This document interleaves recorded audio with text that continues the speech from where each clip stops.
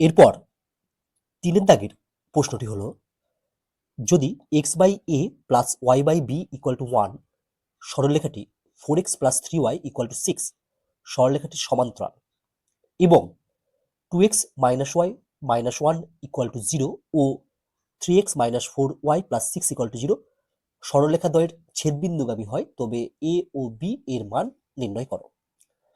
তোমরা প্রশ্নটি ভালোভাবে পড়বে, তারপর দেখবে কি কি তথ্য দেওয়া আছে আর কি নির্ণয় করতে হবে। তাহলে দেখবে অঙ্কগুলো তোমরা খুব সহজেই করতে পারবে।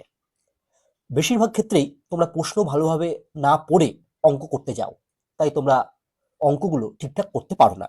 দেখো এখানে কি কি তথ্য দেওয়া আছে।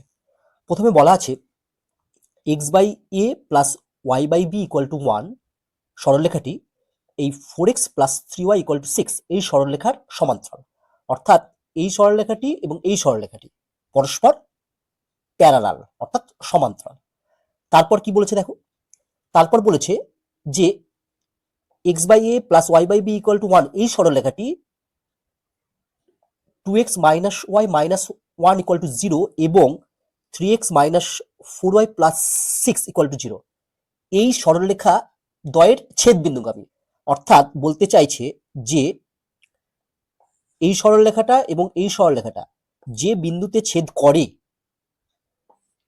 সেই বিন্দু দিয়ে এই সরলরেখাটা পাস করেছে। এই প্রশ্নের উত্তর করার পূর্বে আমরা এই প্রশ্নটির জন্য যে সূত্র বা ফর্মুলার প্রয়োজন সেটি আমরা প্রথমে নোট আকারে জেনে নেব। নোট, প্রথম নোটটি হলো, দুটি সমান্তরাল সরলরেখার প্রবণতা সমান। অর্থাৎ দুটো সরলরেখা যদি তোমাকে সমান্তরাল বলে দেয়, তাহলে তাদের প্রবণতা বা স্লোপ এর মান ইকুয়াল হবে। যে কোনো সরলরেখার প্রবণতা নির্ণয় করতে গেলে আমরা কিভাবে করব দেখো। সেই সরলরেখাটিকে প্রথমে y = mx + c এই আকারে লিখব। অর্থাৎ সরলরেখাটিকে y = mx + c এই আকারে আমরা প্রথমে প্রকাশ করব। এই আকারে নিয়ে যাবে প্রথমে। m কে বলা হয় কি, প্রবণতা বা স্লোপ, এবং c হলো y ছেদাংশ বা y ইন্টারসেপ্ট। এই আকারকে বলা হয় সরলরেখার প্রবণতা ছেদাংশ আকার, স্লোপ ইন্টারসেপ্ট ফর্ম। কেন একে স্লোপ ইন্টারসেপ্ট ফর্ম বলছে? কারণ m হচ্ছে প্রবণতা আর c হচ্ছে y ছেদাংশ।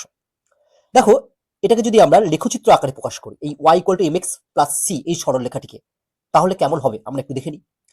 আমরা প্রথমে অক্ষদ্বয় অঙ্কন করে ফেললাম। এবার y = mx + c যদি সরলরেখাটা আমরা অঙ্কন করি, ব্লু কালারের সরলরেখাটি হলো y = mx + c। এবার যদি আমরা এই কোণটাকে আমরা থিটা ধরে নিই, তাহলে m = tan থিটা। অর্থাৎ m এর মান হবে কত?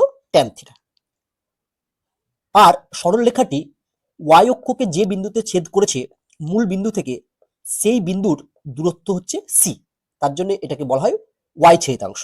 অর্থাৎ মূল বিন্দু, যেটা আমি এখানে লিখিনি, এটা হচ্ছে মূল বিন্দু ও লিখতে পারো তোমরা, থেকে y অক্ষকে যে বিন্দুতে ছেদ করেছে তার দূরত্ব, অর্থাৎ এই দূরত্বটা হলো c।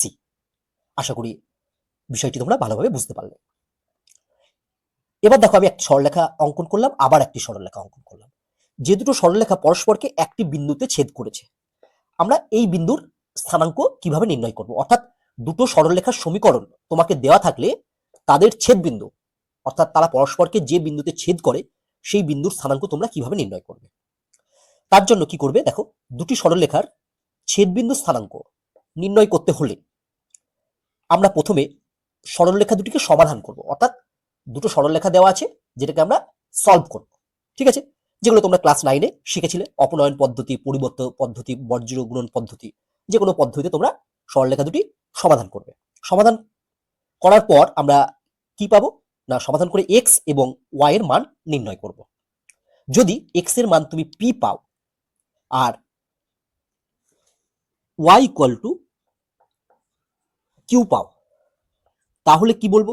তাহলে বলবো ছেদবিন্দুর স্থানাঙ্ক, ছেদবিন্দুর স্থানাঙ্ক হবে p, q। অর্থাৎ এই যে এখানে ছেদবিন্দু এর স্থানাঙ্ক হচ্ছে পি কমা কিউ। আশা করি বিষয়টি তোমরা ভালোভাবে বুঝেছো। চলো এবার আমরা এই প্রশ্নের উত্তর করে ফেলি। অ্যান্সার, প্রথমে আমরা x by a plus y by b equal to 1 এই সরলরেখাটি লিখে ফেললাম, এর নাম দিলাম 1 নম্বর। এবার একে আমরা y equal to m x plus c এই আকারে নিয়ে যাব। তার জন্য আমরা কি করব, তার জন্য সবার প্রথমে আমরা y যুক্ত পদটিকে লেফট হ্যান্ড সাইড অর্থাৎ বাঁ দিকে রাখবো, বাকি সমস্ত পদকে রাইট হ্যান্ড সাইড অর্থাৎ ডান দিকে নিয়ে যাব। তাহলে আমরা লিখব নেক্সট লাইনে implies y by b equal to minus x by a plus 1। এরপর আমরা এই বি দিয়ে ডান দিকের পুরো রাশিটিকে মাল্টিপ্লাই করে দেবো। তাহলে আমরা পাবো implies y equal to minus b by a into x plus b. তাহলে এখানে দেখো আমরা যদি y equal to m x plus c এর সাথে এই সমীকরণটির তুলনা করি, তাহলে এম এর মান হচ্ছে মাইনাস বি বাই এ, অর্থাৎ এম হলো মাইনাস বি বাই এ, বা বলতে পারো সরলরেখাটির প্রবণতা হলো মাইনাস বি বাই এ, এবং ওয়াই ছেদিতাংশ অর্থাৎ সি এর মান হলো বি। চলো এরপর আমরা পরের সমীকরণটি লিখে ফেলি। আবার 4x plus 3y equal two 6 এই সমীকরণটি লিখে ফেললাম। একেও একইভাবে আমরা y equal two mx plus c এই আকারে নিয়ে যাব। তাহলে নেক্সট লাইনে আমরা লিখব যে এটা নাম দিয়েছি 2 নম্বর, implies 3y equal to minus 4x plus 6। এরপর আমরা এই 3 দিয়ে ডান দিকের রাশিটিকে ভাগ করে দেবো। তাহলে আমরা পাবো this implies y equal to minus 4/3 into x plus 6/3, 6/3 মানে 2। এক্ষেত্রে দেখো এম এর মান হচ্ছে মাইনাস 4/3, অর্থাৎ 2 নং সরলরেখার প্রবণতা হচ্ছে মাইনাস 4/3। তাহলে আমরা লিখতে পারবো অতএব 1 নং সরলরেখার প্রবণতা মাইনাস বি বাই এ এবং 2 নং সরলরেখার প্রবণতা মাইনাস 4/3। তাহলে যেহেতু 1 নং সরলরেখা এবং 2 নং সরলরেখা পরস্পর সমান্তরাল অর্থাৎ প্যারালাল, তাহলে তাদের স্লোপ বা প্রবণতা দ্বয় কি হবে, সমান হবে। তাহলে আমরা লিখতে পারবো অতএব minus b by a equal to minus 4/3। এটাকে যদি আমরা সিম্পলিফাই করি তাহলে আমরা এখান থেকে পাবো implies B equal two 4a/3। এটাকে আমরা নাম দিলাম 3 নাম্বার। চলো এবার আমরা নেক্সট পেজে যাই। নেক্সট পেজে আমরা কি করব, নেক্সট পেজে আমরা করব এই সরলরেখাটি অর্থাৎ 2x minus y minus 1 equal to 0 এবং 3x মাইনাস 4y প্লাস 6 এই সরলরেখাটি, অর্থাৎ এই দুটো সরলরেখাকে আমরা সমাধান করে x এবং y এর মান নির্ণয় করব। দিয়ে এই দুটো সরলরেখার ছেদবিন্দু পাবো, তারপর সেই ছেদবিন্দুটি এই সমীকরণে অর্থাৎ x by a plus y by b equal to 1 সমীকরণে বসিয়ে দেবো। তাহলে এ এবং বি দিয়ে আরেকটি সমীকরণ পাবো। সেখানে আমি যদি বি এর মানটি বসিয়ে দিই তাহলে সেখান থেকে আমি এর ভ্যালু পেয়ে যাব। আবার এর মানটি যদি এই 3 নঙে বসিয়ে দিই তাহলে বি এর ভ্যালু পেয়ে যাব সহজেই। চলো আমরা এবার নেক্সট পেজে যাই। আবার 2x minus y minus 1 equal to 0 ও 3x minus 4y plus 6 equal to 0 সরলরেখা দুটির ছেদবিন্দু স্থানাঙ্ক। তাহলে এই সরলরেখা দুটিকে আমাদের প্রথমে সমাধান করতে হবে। এই সমাধানটি তোমরা রাফে করবে, তাহলে খুব তাড়াতাড়ি হবে। ঠিক আছে, তোমাদের যে পদ্ধতি খুশি সেই পদ্ধতিতে সমাধান করে এক্স এবং ওয়াই এর মান নির্ণয় করবে। চলো আমি রাফে এই দুটো সমাধান কিভাবে করবে দেখিয়ে দিই। আমরা প্রথমে সমীকরণ দুটো লিখে ফেলি।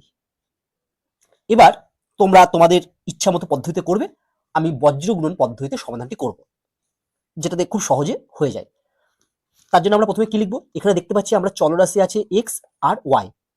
তাহলে আমরা প্রথমে লিখে দেবো অতএব x by equal to y by equal to 1 আমরা লিখবো। মনে রাখবে বজ্র গুণন পদ্ধতিতে সমাধান করতে গেলে কিন্তু ডান দিকটাকে অবশ্যই 0 করতে হবে আর সমস্ত রাশিকেই বাঁ দিকে নিয়ে আসতে হবে, অর্থাৎ লেফট হ্যান্ড সাইডে নিয়ে আসতে হবে।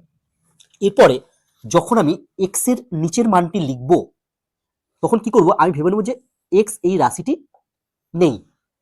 তারপরে কি করবে, এই কোণাকুনি গুণ করবে, মানে এক্স এর পরে কে আছে, ওয়াই আছে, ওয়াই এর সহগ হচ্ছে -1 আর এটা আছে +6।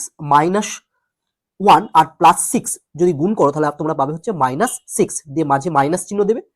তারপরে ওয়াই এর পরে আছে হচ্ছে -1, ঠিক তার কোণাকুনি সবসময় উপর থেকে শুরু করবে, আছে -4। ওয়াইয়ের সহগ, এই দুটো গুণ করলে কত হবে +4, তাহলে লিখলাম -4।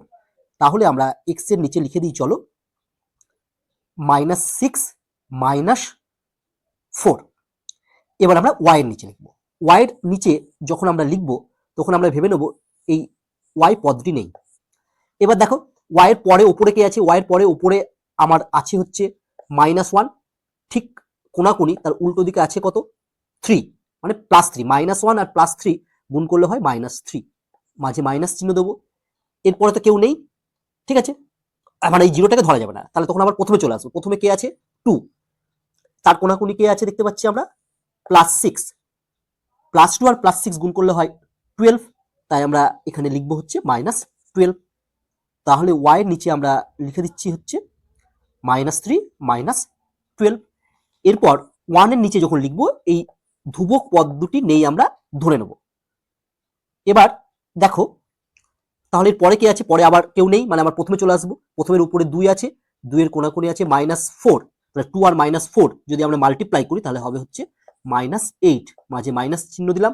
2 এর পরে আছে ওয়াই, ওয়াই এর সহগ হচ্ছে -1, -1 এর ঠিক কোনাকুনি আছে +3, -1 +3 গুণ করলে হয় হচ্ছে -3, তাহলে আমরা লিখবো -3। তাহলে আমরা 1 এর নিচে লিখে ফেলি -8 -3। এবার যদি আমরা সিম্পলিফাই করি তাহলে পাবো দেখো x/-10 equal to y/-15 equal to 1/-5। এবার যদি আমি x/-10 ইকুয়াল টু 1/-5 লিখি, x/-10 ইকুয়াল টু 1/-5, এখান থেকে আমরা পাবো দেখো ইমপ্লাইজ x ইকুয়াল টু 2। আবার y/-15 ইকুয়াল টু 1/-5 লিখি, তাহলে এখান থেকে আমরা পাবো ইমপ্লাইজ y ইকুয়াল টু 3। তাহলে ছেদবিন্দুর স্থানাঙ্ক কত হয়ে গেল স্যার? ছেদবিন্দুর স্থানাঙ্ক হয়ে গেল 2,3। চলো আবার আমরা অঙ্কে ফিরে যাই। তাহলে আমরা ছেদবিন্দুর স্থানাঙ্ক লিখে ফেলবো 2,3। অতএব 1 নং, অর্থাৎ 1 নং মানে কোন সরলরেখাটা দেখবে আমরা 1 নং নাম দিয়েছি x/a + y/b ইকুয়াল টু 1। সরলরেখাটি 2,3 বিন্দুগামী, অর্থাৎ এই সরলরেখাটি 2,3 অর্থাৎ 2,3 বিন্দু দিয়ে পাস করে। তাহলে আমরা কি করতে পারি? তাহলে আমরা x এর জায়গায় 2 আর y এর জায়গায় 3 বসিয়ে দিতে পারবো। তাহলে আমরা লিখবো অতএব x এর জায়গায় 2 বসালে 2/a প্লাস y এর জায়গায় 3 বসালে হচ্ছে 3/b equal to 1। This implies 2/a plus 3/, দেখো আগে আমরা b এর মান কত পেয়েছিলাম 3 নাম্বার সমীকরণে, দেখো b এর মান পেয়েছিলাম 4a/3, তাহলে আমরা b এর জায়গায় কি বসিয়ে দেবো না 4a/3 ইকুয়াল টু 1। এটাকে এবার সিম্পলিফাই করবো, তাহলে পাবো হচ্ছে 2/a plus 9/4a equal to 1। আমরা লসগু করলে পাবো হচ্ছে 4a, উপরে পাবো হচ্ছে 8 প্লাস 9 ইকুয়াল টু 1। এটাকে যদি আমরা সিম্পলিফাই করি তাহলে আমরা পাবো দেখবে a ইকুয়াল টু 17/4। এবার এই এর মানটা আমরা যদি 3 নঙে বসিয়ে দিই তাহলে আমরা b এর মান পেয়ে যাব।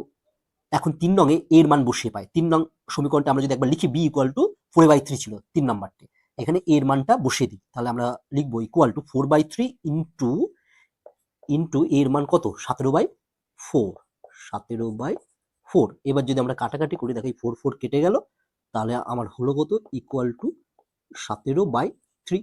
তাহলে আমরা a এবং b উভয়ের মান পেয়ে গেলাম। তাহলে আমরা উত্তর লিখে ফেলি, অতএব a ইকুয়াল টু 17/4 ও b ইকুয়াল টু 17/3, এটাই আমার অ্যান্সার।